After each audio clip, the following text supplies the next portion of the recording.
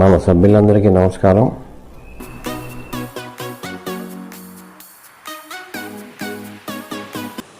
Hi friends, this is Sadev Varma. EPFO వారు May 14వ తారీఖున 12 గంటలకు దేశవ్యాప్తంగా ఎంప్లాయీస్ పెన్షన్ స్కీమ్ 1995 మీద మరియు హైయర్ పెన్షన్ విషయాల్లోనూ పెన్షనర్స్ అడిగే డౌట్ల మీద డైరెక్ట్గా ఈపీఎఫ్ఓ ఢిల్లీ ఆఫీసు నుండి అడిషనల్ సిపిఎఫ్సి శ్రీమతి అపరిజిత జగ్గి మేడం గారు మరియు శ్రీ అలోక్ యాదవ్ గారు లైవ్ టెలికాస్ట్లో క్లారిఫికేషన్ ఇచ్చారు. ఇది ఒక రకంగా ఈ నేషనల్ అసోసియేషన్ కమిటీ వల్ల ఎలక్షన్ టైంలో కేంద్ర ప్రభుత్వానికి డ్యామేజ్ జరుగుతుందని ఈ లైవ్ టెలికాస్ట్ చేశారని ఉంటారని అనుకుంటున్నారు. ఇకపోతే ఈ లైవ్ సెషన్లో ప్రధానంగా మొదటిగా ఎంప్లాయీస్ పెన్షన్ స్కీమ్ 1995 గురించి వివరించారు. మినిమం పెన్షన్ 1000 రూపాయల చెల్లింపులో కొంతమంది పెన్షనర్స్కి మినిమం పెన్షన్ 1000 రూపాయల కంటే తక్కువ వస్తుందని, ఆ తక్కువ వచ్చిన వారికి కేంద్ర ప్రభుత్వం బడ్జెట్లో నుంచి సర్దుబాటు చేసి మినిమం పెన్షన్ 1000 రూపాయలు చెల్లింపు జరుగుతుందని, అదేవిధంగా హైయర్ పెన్షన్ కోసం అప్లికేషన్ పెట్టుకున్న వారిలో అర్హులైన వారికి డిమాండ్ నోటీసులు లోకల్ పీఎఫ్ ఆఫీసుల నుండి వరుసగా పంపుతున్నారని, ఉద్యోగులకు పెన్షనర్స్కు అనుకూలంగా ఉంటేనే పీఎఫ్ ఆఫీసులో డబ్బులు చెల్లించవచ్చునని, లేకుంటే వారు విత్డ్రా అవ్వచ్చునని, దీనిలో బలవంతం ఏమీ లేదని వివరించారు. హైయర్ పెన్షన్ కోసం ఫ్యామిలీ పెన్షనర్సు విడో పెన్షనర్సు వీరు ఆల్రెడీ 50% పెన్షన్ కేటగిరీలో ఉన్నారు కాబట్టి వీరికి సూట్ అవ్వదు. ఈ ఆప్షన్కి వెళ్ళే వీరికి నష్టం కాబట్టి వీరు ఈ పెన్షన్కి దూరంగా ఉండడం మంచిదని వివరించారు. హైయర్ పెన్షన్ క్యాలిక్యులేషన్లో ప్రోరాటా బేసిస్లో 3 విధాలుగా లెక్కించబడుతుందని, 1 1995కు ముందు సర్వీస్కి ఒకలాగా, 2 1995 నుండి 2014 వరకు 12 నెలల యావరేజ్ శాలరీ మీద, 3 2014 అమెండ్మెంట్ అయిన తర్వాత 60 నెలల యావరేజ్ శాలరీ మీద హైయర్ పెన్షన్ లెక్కింపు చేయు విధానాలు మొదలైనవి వివరించడం జరిగింది.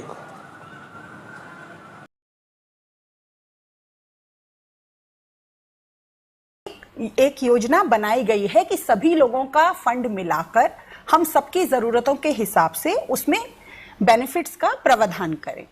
कर्मचारी पेंशन योजना के अंतर्गत सदस्य पेंशन दी जाती है, जिसके लिए 10 साल की अंशदायी सेवा की आवश्यकता होती है.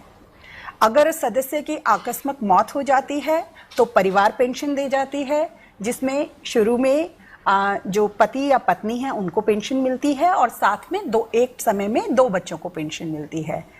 अगर माता पिता दोनों ही नहीं रहें तो ये जो बच्चों को पेंशन दी जाती है बाल पेंशन, इसे हम ऑर्फन पेंशन में कन्वर्ट कर देते हैं, जिसमें उसका अमाउंट फिर अकॉर्डिंगली प्रोपोर्शनेटली बढ़ जाता है. जहां परिवार नहीं है वहां ऐसा सदस्य जो अविवाहित है या किसी अन्य कारण से अब उसके परिवार में कोई नहीं है, वहां नॉमिनी को पेंशन दी जाती है. और इसीलिए ई नॉमिनेशन करना बहुत आवश्यक है. स्पेशली जो हमारे सदस्य हैं जिनका अभी विवाह नहीं हुआ है, हमारी उनको हमेशा यही एडवाइस रहेगी कि वो अपना नॉमिनेशन अवश्य कराएं, ताकि ईश्वर ना करे अगर कोई दुर्घटना हो तो हमारी तरफ से जिसको भी वो लाभ दिया जाना है उसको लाभ दिया जा सके. कहा कि 1000 से पेंशन बढ़ेगी या नहीं बढ़ेगी, वो जो पेंशन बढ़ाने का pension per month will he be able to get a higher amount? Kindly reply. देखिए, आपके जो पिताजी हैं उनको 1000 रुपए की मिनिमम पेंशन मिल रही है. इसका मतलब है कि जब उनकी पेंशन की गणना की गई होगी तो वो पेंशन 1000 रुपए से भी कम बनी होगी. जहां भी 1000 रुपए से कम पेंशन बनती है वहां पे सेंट्रल गवर्नमेंट बजटरी सपोर्ट देती है, जिसके कारण हम लोग 1000 मिनिमम पेंशन मेंबर को, सदस्य को दे पाते हैं. जैसा मैंने पहले बताया था कि जो पेंशन फंड है इसका एनुअल वैल्यूएशन होता है. टाइम टू टाइम हम उसको इवैल्यूएट करते रहते हैं. टाइम टू टाइम हम सोचते रहते हैं कि किस तरीके से पेंशन स्कीम में और क्या चीज सुधारी जा सकती है, क्या हम गणना सुधार सकते हैं, क्या हम कंट्रीब्यूशन रेट्स को चेंज कर सकते हैं, किस तरीके से जो स्कीम है उसको सस्टेनेबल बनाया जा सकता है. मुझे लगता है कि वो जो जानना चाहते आपने हैं कहा कि 1000 से पेंशन बढ़ेगी या नहीं बढ़ेगी, वो जो पेंशन बढ़ाने का इशू है वो टोटली वैल्यूएशन से जुड़ा हुआ है. तो जब भी फंड में इस प्रकार से हमारे पास अवेलेबल फंड्स होंगे कि हमें लगे कि हाँ हम पेंशन बढ़ा सकते हैं, या जब भी हम स्कीम में कोई मॉडिफिकेशन ऐसे हो पाए, कोई हमारे वैल्यूअर रिकमेंड करेंगे, आगे उन पर एक्शन होगा जिसमें वो पेंशन बढ़ पाए, तभी वो पेंशन बढ़ाई जा सकती है। क्योंकि ये फंडेड स्कीम है, इसमें इस तरीके से अचानक कोई बेनिफिट नहीं बढ़ाया जा सकता। बिल्कुल बिल्कुल, और जब बढ़ाया जाएगा तो सभी का बढ़ाया जाएगा, केवल आपका नहीं बढ़ाया जाएगा। आप देख सकते, बहुत अच्छी बात आप बता रहे हैं मैडम, लेकिन हम जानना चाहेंगे कि आखिर मिनिमम पेंशन कितनी है? इस समय मिनिमम पेंशन जो है वो 1,000 रुपए है। जी जी। कब मिलेगा? अब चेन्नई साउथ का जैसे है, तो अब हम यहाँ बैठ के तो शायद नहीं बता पाएंगे उनको, क्योंकि हमारे पास कोई सिस्टम नहीं है कि कैसे कब मिलेगा। इसके लिए वो अपने जो रीजनल ऑफिस है उससे संपर्क करें। एक प्रक्रिया है, उस प्रक्रिया के तहत जितनी भी एप्लीकेशंस आई हैं उन सबको एग्जामिन किया जा रहा है और एक एक करके क्रमबद्ध तरीके से उसको लेटर्स इशू किए जा रहे हैं। सबसे अनुरोध है, कृपया जहां मेंबर ऑप्ट कर चुका है हायर पेंशन के लिए और हायर पेंशन उसको मिलनी शुरू हो गई है, तो ऑब्वियसली हम विडो पेंशन देंगे।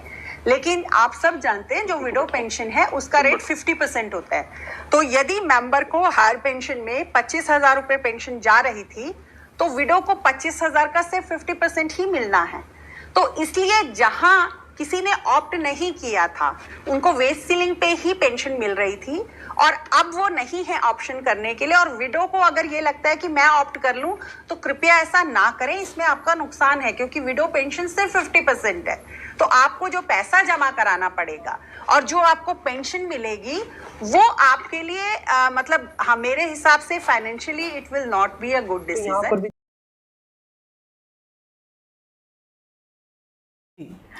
देखिए, बहुत सारे सवाल आ चुके हैं, मैं चाहूँगा कि एक एक सवाल भी साथ साथ लिया जाए। मैं चाहूँगा कि इसको थोड़ा स्क्रॉल डाउन करें, मुझे शुरू का सवाल दिखाएं। एक पीएसयू से सवाल था, बिल्कुल शुरू का दिखाएं। तो उसमें एक सवाल था कि जो हायर वेजेस पे, हाँ ये सवाल है, थोड़ा नीचे करिए इसको। सुरेंद्र विनोचा जी का, Are PSU employees who contributed on higher wages towards company contribution are eligible for higher pension or not?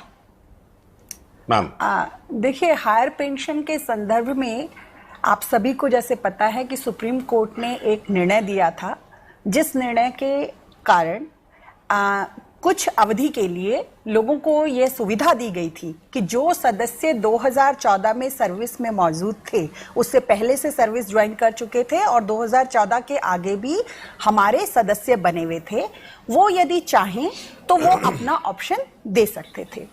तो उसमें हमारे पास 17.5 लाख से भी अधिक आवेदन आए हैं। अब आप खुद सोचिए, 17.5 लाख कितनी बड़ी संख्या है। तो लोगों ने इसमें आवेदन दिया है। हमारे सभी फील्ड ऑफिसेस उन आवेदन पर उचित निर्णय ले रहे हैं। यहां जरूरी बात यह है कि जब हम किसी का हायर पेंशन का एप्लीकेशन एग्जामिन करते हैं तो हमें यह देखना पड़ता है, जैसा आपने कहा पीएसयू के एम्प्लॉय हैं, तो कई पीएसयू जो हैं उनके अपने ट्रस्ट थे तो ट्रस्ट के अपने रूल्स भी रहे होंगे। तो ये सब चीजें जो हमारे आरपीएफसी हैं उन्हें देखनी पड़ती है कि क्या ट्रस्ट के रूल्स थे, फिर क्या पीएफ में आपका पूरी जो हायर वेजेस थे उस पे कंट्रीब्यूशन लगातार आया है। क्योंकि हमने पाया कि कुछ संस्थानों में यह भी हुआ है कि शुरू के कुछ वर्ष हायर पेंशन पे कंट्रीब्यूशन नहीं आया, बाद में आने लगा। लेकिन चूंकि जो सुप्रीम कोर्ट का ऑर्डर है वो बहुत क्लियरली कहता है कि सिर्फ जिनका लगातार हायर पेंशन पे कंट्रीब्यूशन आया है उनको हमने ये लाभ देना है, तो ऐसी स्थिति में हम लाभ नहीं दे पाएंगे। तो जो भी एम्प्लॉय, जो भी सदस्य या जो भी स्थापना, वहां से जो आवेदन आया है, यदि वो एलिजिबल पाया गया तो उसको अवश्य पेंशन दी जाएगी हायर वेजेस पे। और हम ऑलरेडी हजारों लोगों को ये पेंशन दे रहे हैं, हायर सैलरी के ऊपर जो पेंशन दे रहे हैं वो ऑलरेडी हजारों पीपीओ इश्यू हो चुके हैं। मुझे तो लगता है आगे कि भी हम issue लोग जो है करते वो हर रहेंगे। पेंशन और हर केस को एग्जामिन करके जी। उस पर एक स्पीकिंग ऑर्डर पास कर रहे हैं, शायद ऐसा कुछ है। जो स्पीकिंग ऑर्डर है वो 2014 से पहले जो नौकरी छोड़ चुके थे उनके जी। लिए स्पीकिंग ऑर्डर है। जो इन्होंने कहा 2014 के बाद वाले जो केसेस हैं जी। उनके लिए सिर्फ एक निर्णय दिया जाएगा, उसमें स्पीकिंग ऑर्डर नहीं है, लेकिन आपको logically we will tell you कि रीजन अगर आपका निरस्त होता है, अगर आपका अप्रूव होता है तो आपको एक डिमांड लेटर मिलेगा जिसमें जी। आपको बताया जाएगा कि आपने कितनी राशि जमा या तो करनी है। जमा करनी है या आपने हमें अलाउ करना है, हमें आपने परमिशन दे देनी है कि हाँ हम आपके पीएफ से वो पैसा Deduct कर पेंशन लें। फंड की तरफ डाइवर्ट कर दें। करेक्ट। तो जिनकी सही होगी एप्लीकेशन, जो एलिजिबल निकलेंगे उनको डिमांड लेटर्स आएंगे, और जिनकी नहीं होंगी उनके पास रिजेक्शन आएगा और उनको रिजेक्शन के रीजन भी बताए जाएंगे। बहुत अच्छी बात आपने बताई। और हम pre 2014 retirees with will pro rata concept will be applied while calculating pension on higher wages. जी, वो मैंने आपको बताया था कि जो देखिए प्री 2014 वालों में तो प्रोरेटा का कोई मतलब नहीं है, क्योंकि जो बिल्कुल। ये प्रोविजन ही 1/9/14 के बाद आया है with effect from 1 September 2014। Pro rata and 5 year average आया है। उससे पहले यानी कि अगस्त तक जो प्रोविजन था उसमें प्रोरेटा नहीं होता था, एवरेज 12 मंथ्स का होता था। तो जो लोग पुराने रिटायरी हैं, अगर उन्होंने अपने रिटायरमेंट से पहले ऑप्शन दिया था, कंट्रीब्यूशन हमारे पास आया था और वो लोग हायर पेंशन के लिए एलिजिबल हैं, तो जहां भी date of commencement of pension 2014 से पहले की है उनकी उस समय के नियम के हिसाब से ही पेंशन कैलकुलेट होगी, कोई प्रोरेटा नहीं लगेगा। लेकिन क्योंकि प्रोरेटा 1/9/14 से आ गया है, प्रोरेटा एंड 5 ईयर एवरेज, तो 1/9/14 से बाद जिसका भी date of commencement of pension होगा उन सबका नियम के अनुसार ही पेंशन कैलकुलेशन किया जाएगा।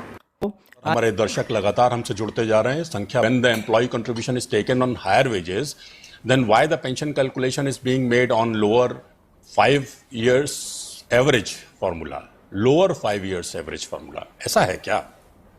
नहीं, ये थोड़ा सा समझने का वो है, जैसा मैंने आपको पहले बताया था कि जो पेंशन योजना है वो एक कॉमन पूल, एक कॉमन फंड पर आधारित योजना है। तो सभी सदस्यों का जो कंट्रीब्यूशन आ रहा है वो जी। एक पूल में जा रहा है, उसी में से बेनिफिट दिए जा रहे हैं। इसका मतलब है हमें हर साल ये लेखा जोखा करना पड़ता है कि जो फंड है उसमें जो पैसा आ रहा है वो सफिशिएंट है या नहीं, क्योंकि हमें सिर्फ जो आज रिटायर हो रहा है उसे पेंशन नहीं देनी। जिसने आज ज्वाइन किया आज से है, 100 जिसकी साल बाद उम्र भी सिर्फ देनी 20 पेंशन। साल है, उसने एक दिन रिटायर होना है, फिर वो रिटायर होने के बाद भी लगातार पेंशन लेता रहेगा। तो हमारे किसी भी दिन को जितने भी एग्जिस्टिंग मेंबर्स होते हैं, हम प्रत्येक वर्ष एक एनुअल वैल्यूएशन कराते हैं, उसे annual valuation of the fund कहते हैं। सेंट्रल गवर्नमेंट ये कराती है क्योंकि स्कीम सेंट्रल गवर्नमेंट की है। तो भारत सरकार इसके लिए एक वैल्यूअर को नियुक्त करती है जो सारा फंड का आकलन करता है कि कितना पैसा आ रहा है, उसमें हमें कितना इंटरेस्ट अर्न हो रहा है, कितना हम लोगों को बेनिफिट दे रहे हैं। तो जब वो ये आकलन करता है तो योजना में प्रावधान है कि इस आकलन के आधार पर केंद्रीय सरकार यदि चाहे तो किसी बेनिफिट को बढ़ा सकती है, किसी को कम कर सकती है, कंट्रीब्यूशन रेट को बढ़ा सकती है, कम कर सकती है, और कितने टाइम के लिए कोई बेनिफिट दिया जाना है, ये सब चीजें कर सकती है। अब जैसा आप सब जानते हैं कि जो अर्निंग होती है, जो आप लोगों के खुद के भी इन्वेस्टमेंट हैं, उन पे अर्निंग कहाँ से आती है? जो इंटरेस्ट रेट डिक्लेयर होता है। एक समय था जब 12-13% इंटरेस्ट रेट अर्न किया जाता था, आज वो 7-8% के आसपास ही रह गया है। तो चूंकि ये सब चीजें, ये परिवर्तन होते रहते हैं, इसलिए स्कीम में जो फॉर्मूला दिया है, जो गणना का फॉर्मूला दे रखा है कि पेंशन कैसे कैलकुलेट की जाएगी, वो भी समय समय पर हमें सुधारना पड़ता है। तो 2014 में जो सुधार लाए गए, जो मॉडिफिकेशन लाए गए स्कीम के अंदर, उन मॉडिफिकेशन में ही ये दो चीजें आई थी।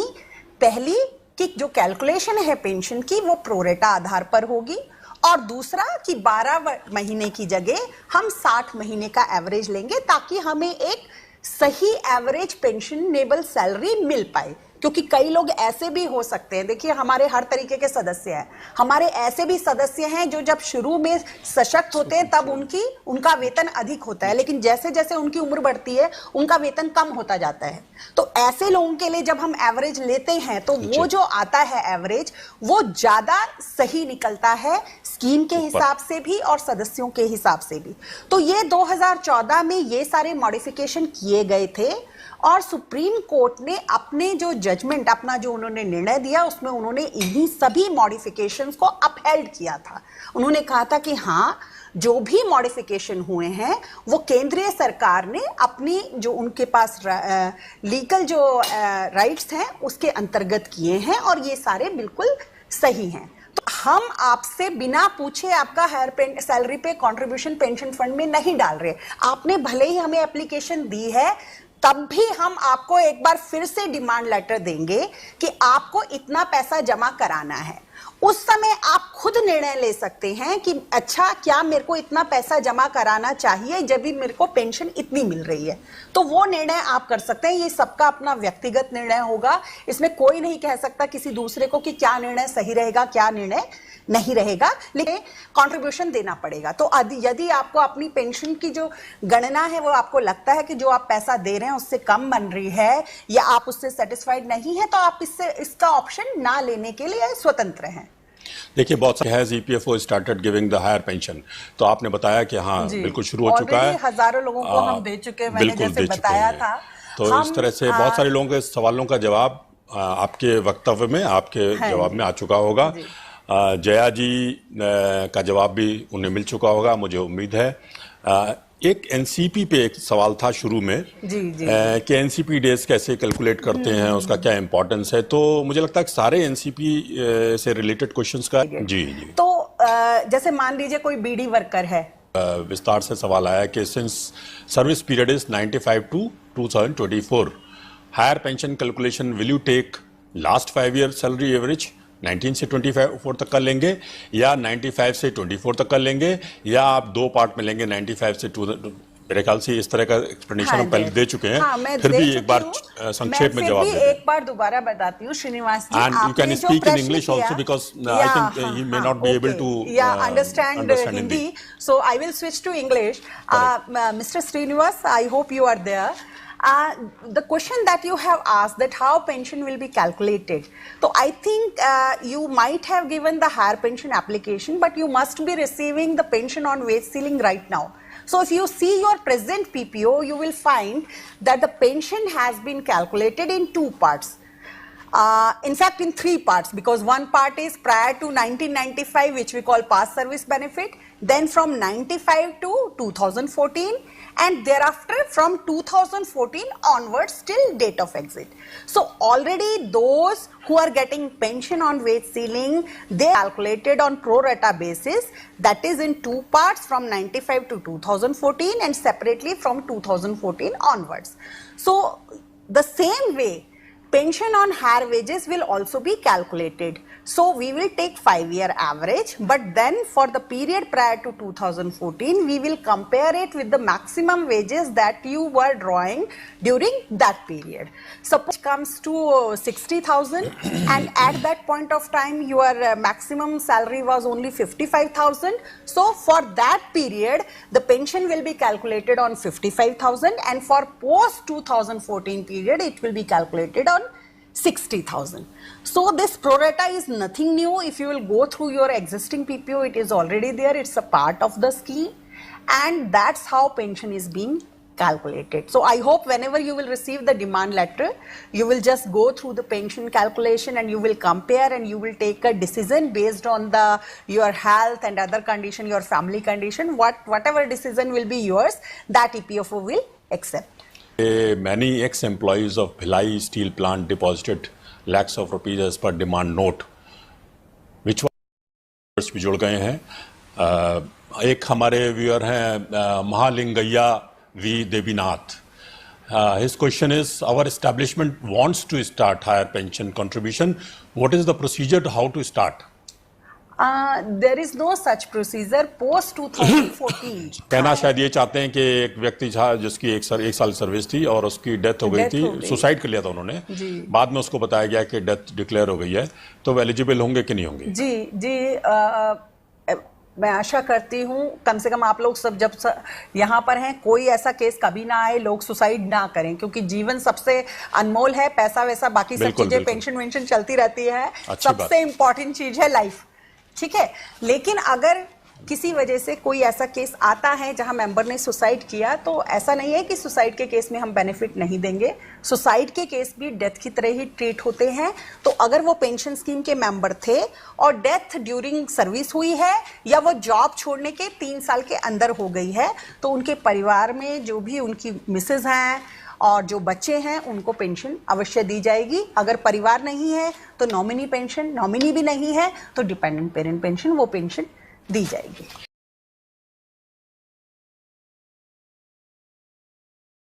कर रहा हूं जो आपने कहा कि ये इजी कैसे हो सकता है, तो अब तो घर बैठ के आप कर सकते हैं। अगर आपके पास नहीं है, आपके बच्चों के पास है या कोई पड़ोस में जिसके पास स्मार्टफोन है, तो स्मार्टफोन में आप ऐप में जाके फेस ऑथेंटिकेशन टेक्नोलॉजी, मतलब आप उसे अपने चेहरे के सामने रखेंगे, वो आपके चेहरे को स्कैन करेगा और वो मिला के ऑटोमेटिकली आपका डीएलसी हो जाएगा।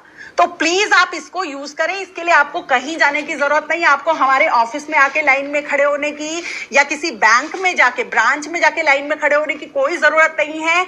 One of the member was mistakenly contributed EPS contribution after 58 years. Can we withdraw this amount in any possible ways? Ji, if somebody has contributed in EPS after 58 years, then obviously as per the instructions our RPFCs have to divert that amount back to PF। वो जो पैसा आपका गलती से pension fund में जमा हो गया जो नहीं होना चाहिए था, वो पैसा आपको PF के तौर पे मिल जाएगा और PF में जो भी इंटरेस्ट वगैरह उस पे लगता है वो भी लगेगा। वो पूरा पैसा आप निश्चिंत रहे आपको मिलेगा। अगर आपको नहीं मिला है तो आप अपनी शिकायत दर्ज करा सकते हैं, उस पर उचित कार्यवाही की जाएगी। पेंशन ఈ లైవ్ సెషన్లో పెద్దగా ఫ్యాక్ట్స్ అండ్ ఫిగర్లతో వివరించడం జరగలేదు, కేవలం సాధారణ రూల్స్ వివరాలు మాత్రమే వివరించడం జరిగింది.